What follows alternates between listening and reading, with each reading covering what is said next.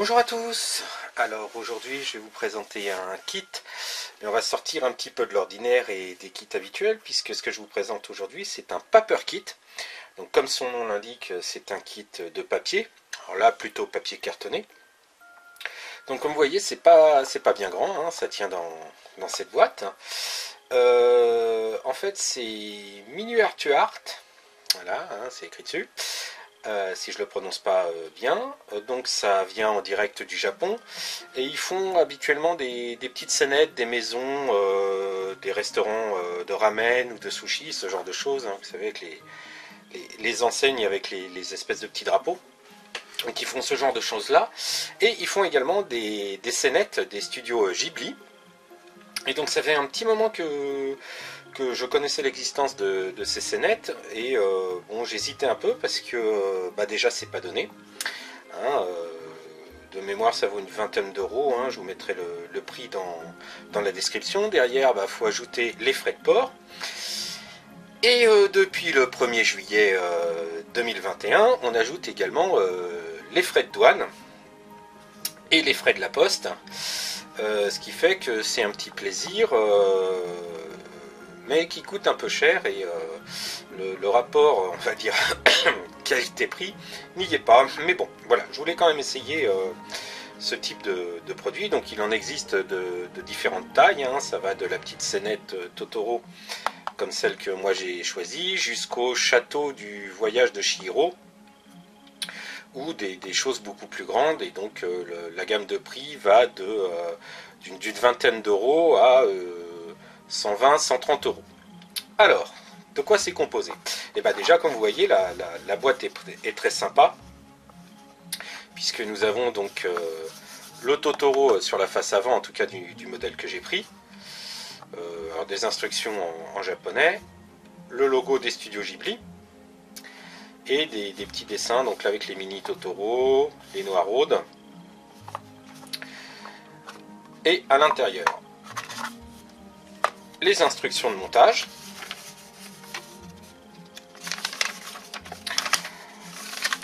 Alors on va revenir dessus après, ça sera plus simple. Une photo du résultat final. Je vous en mets une plus grande, la prise directement sur le site, pour que vous voyez un peu mieux. Donc on a ici les dimensions finies, c'est 6 cm par 6 cm sur 10 cm de haut, donc comme vous voyez c'est vraiment pas gros. On a les différentes pièces qui forment le pulse, enfin, ou le kit, hein, comme vous voulez. Et dans ce cas-là, le flocage pour faire les feuilles des arbres. Alors, en ce qui concerne les pièces,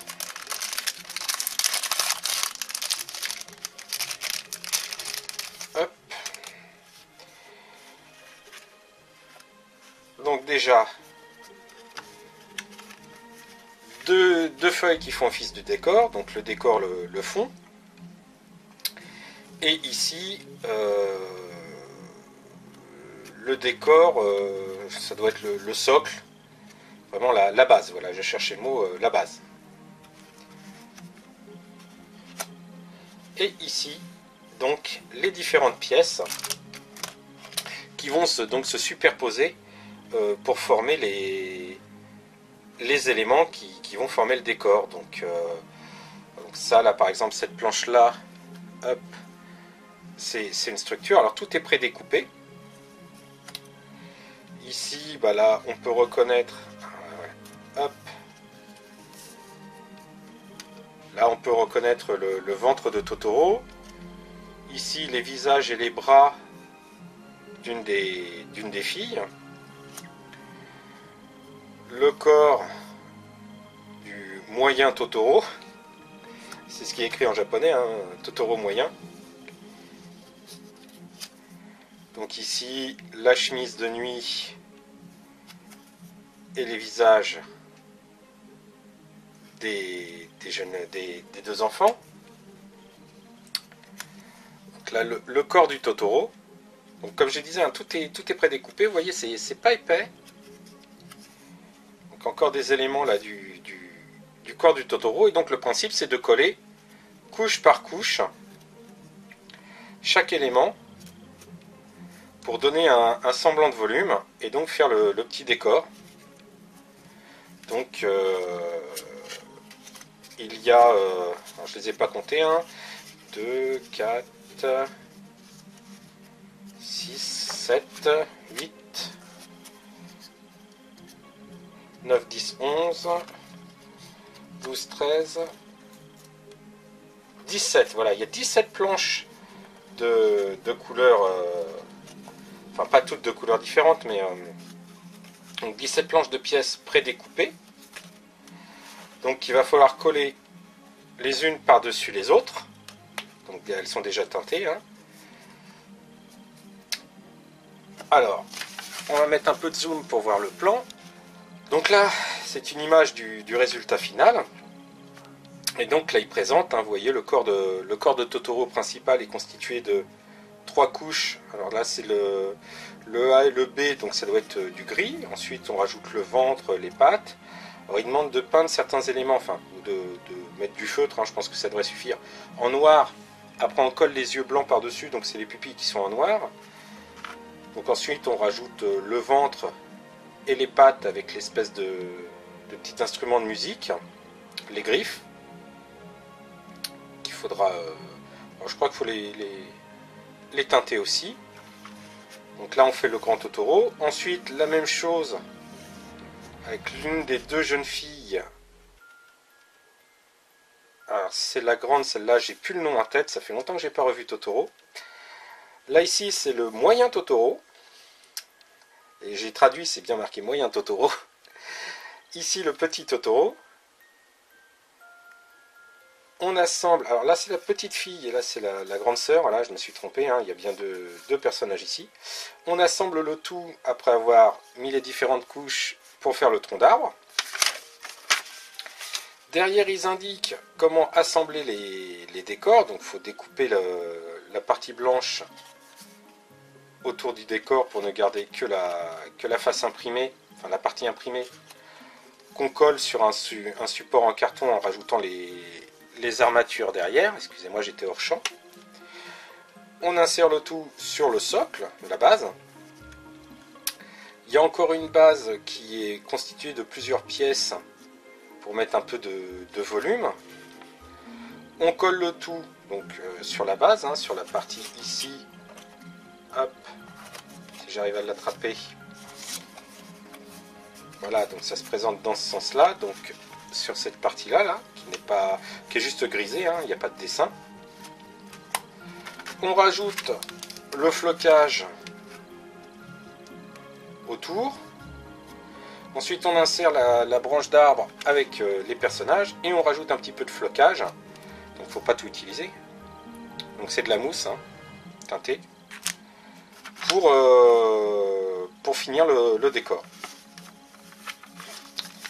Et ensuite, le petit avantage qu'il y a, c'est que le support, on peut le retourner.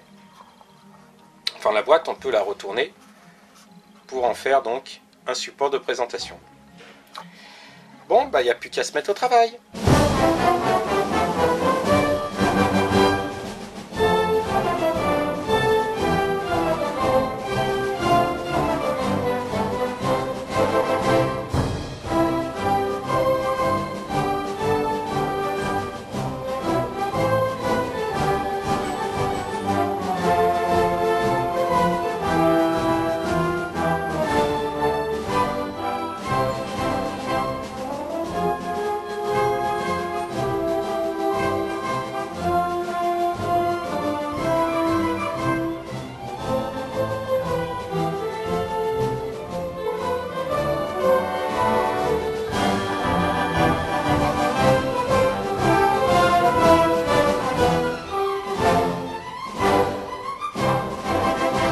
Et voilà, c'est terminé. Bon, ça n'a pas demandé énormément de temps. Honnêtement, j'ai passé 3 petites soirées dessus. J'ai peut-être dû travailler, oui, 3-4 heures dessus. Et encore, tranquillou, sans stress. Hein. Bah, ça change un peu des maquettes. Hein. C'est sûr que là, on est plus dans le puzzle. Mais c'est très très sympa à faire. Moi j'aime beaucoup le principe et le rendu, hein, comme vous voyez. Donc j'ai utilisé la petite boîte comme socle de présentation. Hop, je vous montre ça. J'y vais doucement parce qu'en fait j'ai pas collé les différents éléments, hein, comme vous voyez. Hop. Donc je voudrais pas que ça tombe. Mais donc voilà, le rendu est là. C'est une petite scénette, hein, comme vous voyez. C'est pas bien gros. Hein, il y a ma main derrière. C'est très très sympa. Pas grand chose à dire. Alors côté matériel, parce que la question m'a été posée pendant que j'étais en train de le faire. Donc pas besoin de grand chose, hein. Un X-Acto bien affûté pour couper les points d'attache des différentes pièces. Une petite pince et un cure-dent pour bien placer les pièces.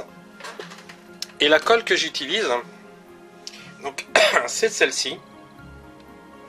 Je vais la mettre un peu plus loin pour que elle soit un peu plus visible. Alors attendez, voilà. Donc c'est de la colle blanche Tamiya. Je dois avouer que j'ai pas beaucoup d'informations dessus. Je sais qu'elle peut servir à coller le papier. Moi, elle me sert habituellement, parce qu'une fois sèche, elle devient transparente. Elle me sert habituellement à coller les pièces transparentes de mes maquettes. Ça se rapproche au niveau de texture de la colle à bois. Et par contre, l'avantage, c'est que ça, voilà, c'est un tout petit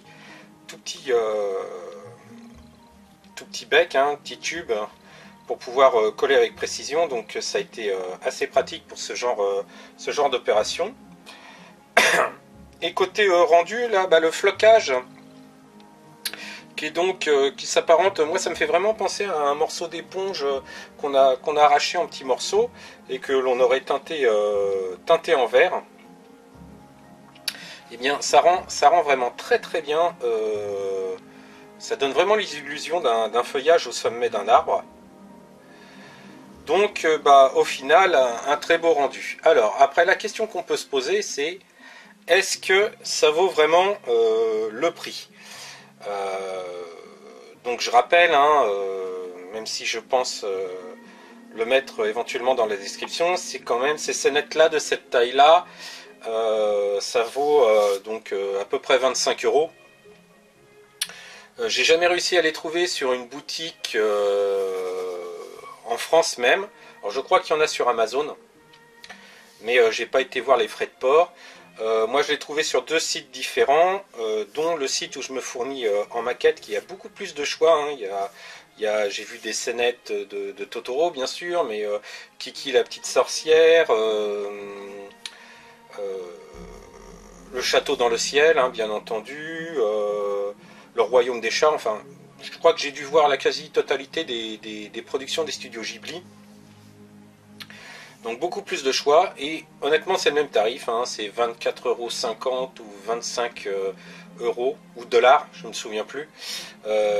Derrière il y a les frais de port, et donc comme je l'expliquais également, si on n'a pas de chance, et en ce moment c'est très difficile de passer à travers les mailles du filet, et on rajoute la TVA et la taxe de la poste, donc ce qui nous ramène quand même à pas loin de 35 € à peu près, voire même au-delà, hein, on doit être même plus proche des 40 € pour un paper kit, qui même s'il est très joli, hein, moi je regrette pas, franchement j'ai vraiment apprécié de le faire, et il n'y aurait pas ce tarif exorbitant, j'en ferai même d'autres.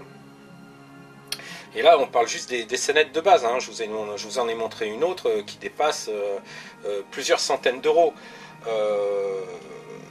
Alors oui, c'est hyper fin, c'est hyper précis, c'est très beau, mais ça reste cher. Ça reste très très cher, même si je reste content de mon achat et que j'avais l'occasion de le faire, hein. C'est quand même, au total, ça me revient aussi cher qu'un kit Macros Asegawa, pardon, au 1,72e. Donc est-ce que le rapport qualité-prix y est? Bon, derrière, j'ai pas les peintures, bon, je parle pas de l'investissement de l'aérographe et autres, hein. Donc, je sais pas. Mais ça reste quand même cher à l'achat, même si le rendu est là. N'hésitez pas à donner votre avis dans la section commentaires. Si vous avez déjà fait ce genre d'objet, n'hésitez pas non plus à en parler. Vous pouvez voir également mes autres travaux sur les maquettes sur ma page Facebook, c'est Geek Factory. Et en attendant, je vous donne rendez-vous très bientôt pour vous présenter un nouveau kit. Ciao!